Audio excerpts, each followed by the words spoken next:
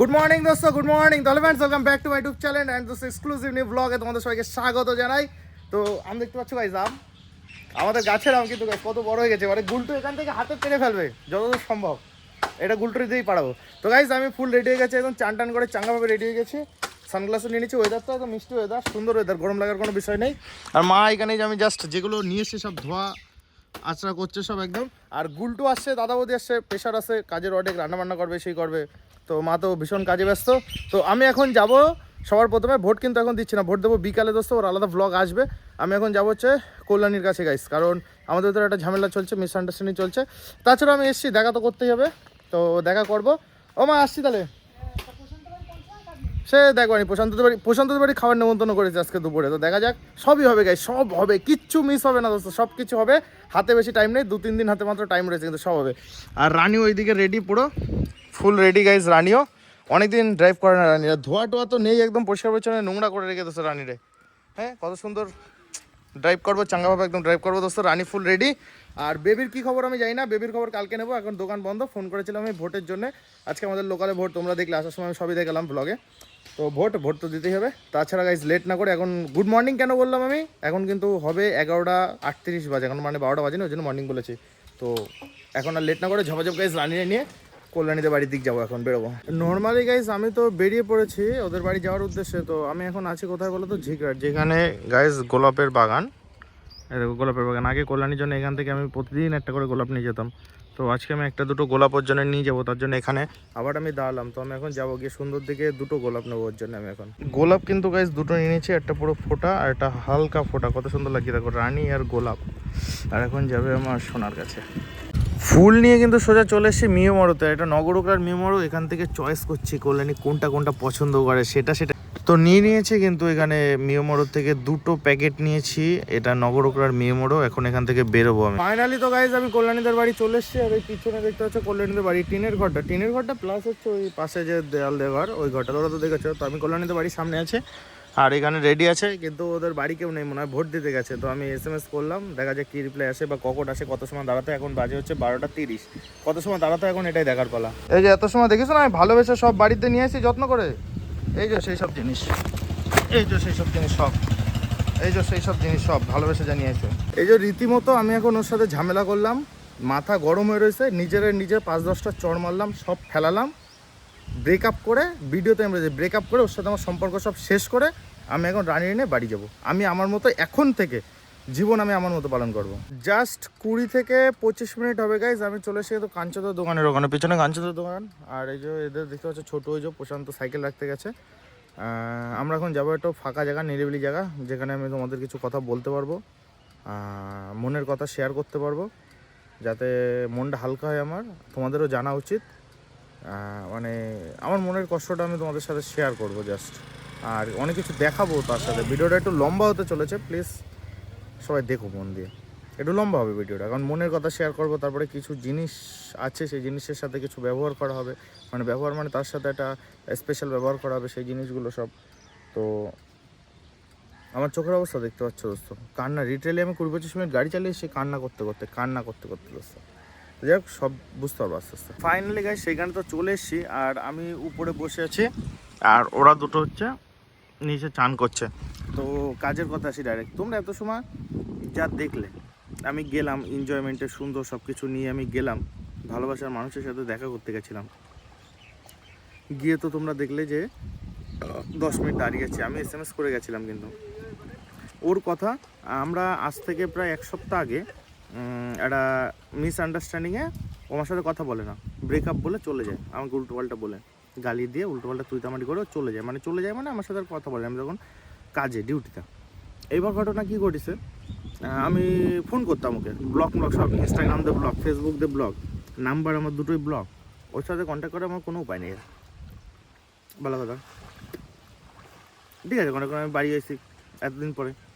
বাড়ি এসে কী করে, তোমরা আগের ব্লগ দেখেছো, এত কষ্ট করে এত জার্নিং করে বাড়ি এসে এখনও ঘুমাইনি, চোখের অবস্থা দেখো, এখনও ঘুমাইনি আমি, কিছু না খাওয়া, সে যে কী অবস্থা রয়েছে, কিছু না খাওয়া মানে পরোটা খাইছিলাম, আমাকে ভিডিওতে দেখেছিল, ব্যাস ওই।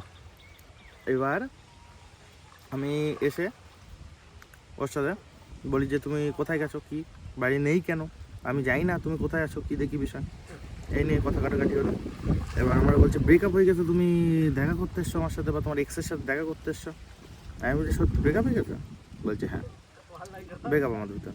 খাবারগুলো আমি ফেলে দিলাম, খাবার নষ্ট করেছি, ওর জন্য আমি খুবই সরি, কিন্তু আমার মাথা খারাপ হয়ে গেছে, খাবারগুলো আমি ফেলে দিলাম।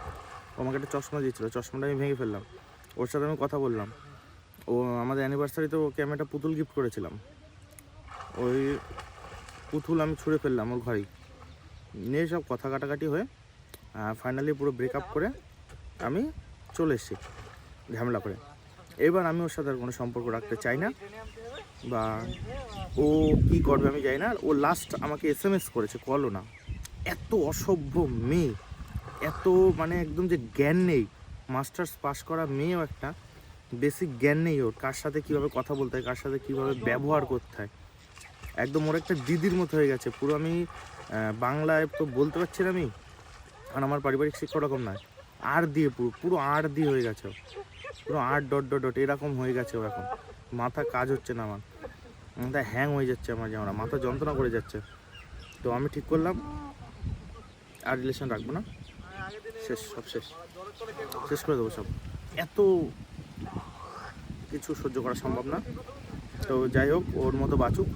ও আমাকে লাস্ট SMS করেছে, যাক ভালোই হয়েছে আমাকে ছেড়ে দিয়েছো, পার্মানেন্টলি, তোমার তেজ বেশি এই, হ্যাঁ তোমার সাথে রিলেশন থাকলে আমার গলায় দড়ি দিয়ে মরতে হবে পরবর্তীকালে।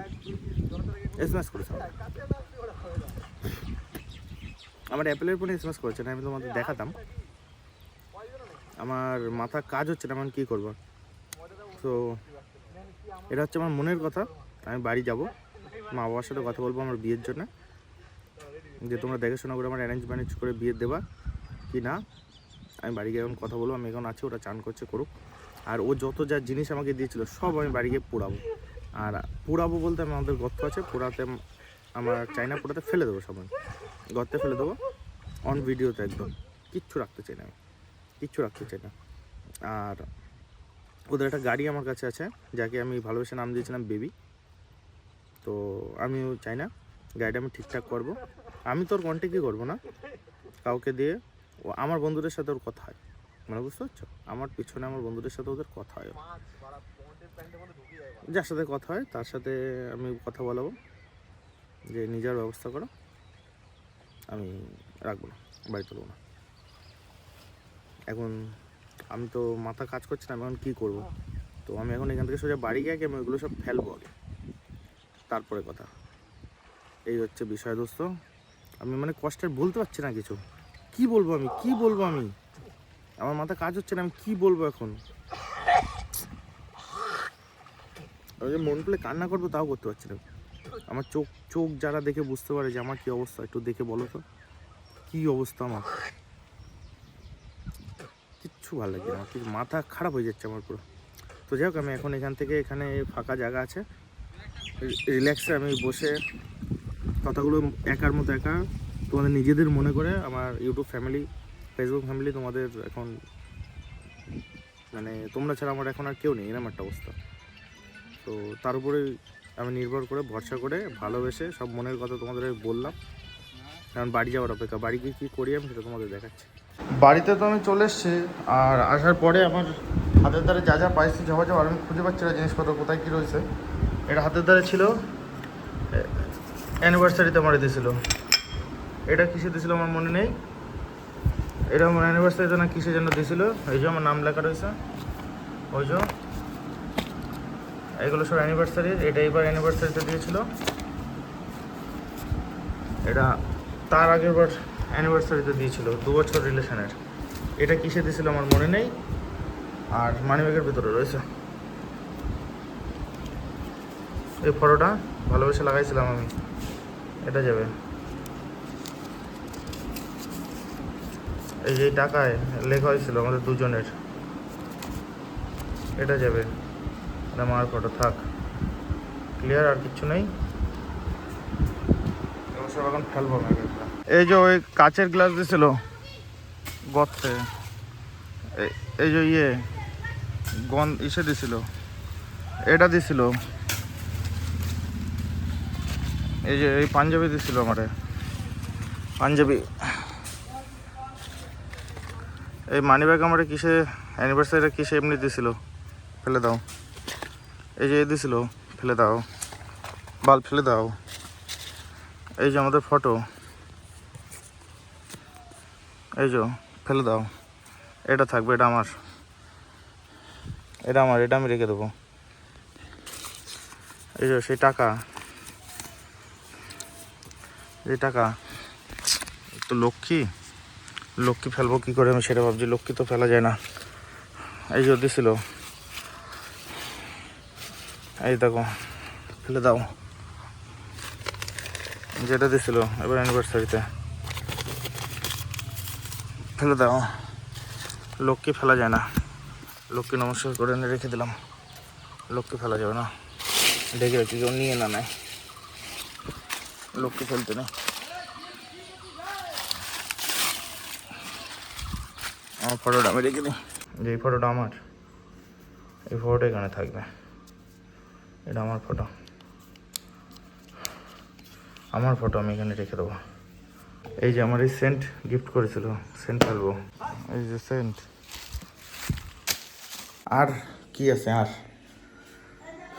আর কি আছে খুঁজছি, দেখি আর কি আছে। যাই হোক, আমি এখন খুঁজে পাচ্ছি না। মা বললো সব খুঁজে এক জায়গা করে দেবে। আর বাড়ি বিয়ের কথাও বললাম, বাড়িতে মেয়ে দেখতে বললাম, বিয়ে করবো আমি এখন। মাথা কাজ হচ্ছে না, আমার হ্যাং পুরো, মাথা পুরো হ্যাং হয়ে রয়েছে, হ্যাং। আচ্ছা আচ্ছা আচ্ছা, সরি, এটা দিয়েছিল নিভিয়া সফট, এটাই জানলাতে ফেলে দিলাম। যা, আমার সেকেন্ড অ্যানিভার্সারি জিনিস এইটাই দিয়েছিল, এটাও যত্ন করে রেখেছিলাম আমি, এটাও ফেলে দিলাম। যা, আর অনেক কিছু আছে, সোয়েটার আছে, জামা আছে, পাঞ্জাবি আছে, আর অনেক কিছু আছে। আমার মনে পড়বে এক এক করে, আমার মনে নেই, পড়বে আর এক এক করে ভিডিওতে দেখতে পারবা। তো আজ এই ভিডিও আমি আর বেশি লম্বা করছি না। আস্তে আস্তে যা হবে লাইফে সব তোমরা দেখতে পারবা, সব দেখতে পারবা তোমরা আস্তে আস্তে। তো যাই হোক, আজকে ভিডিও এই অবধি দোস্ত, এই অবধি।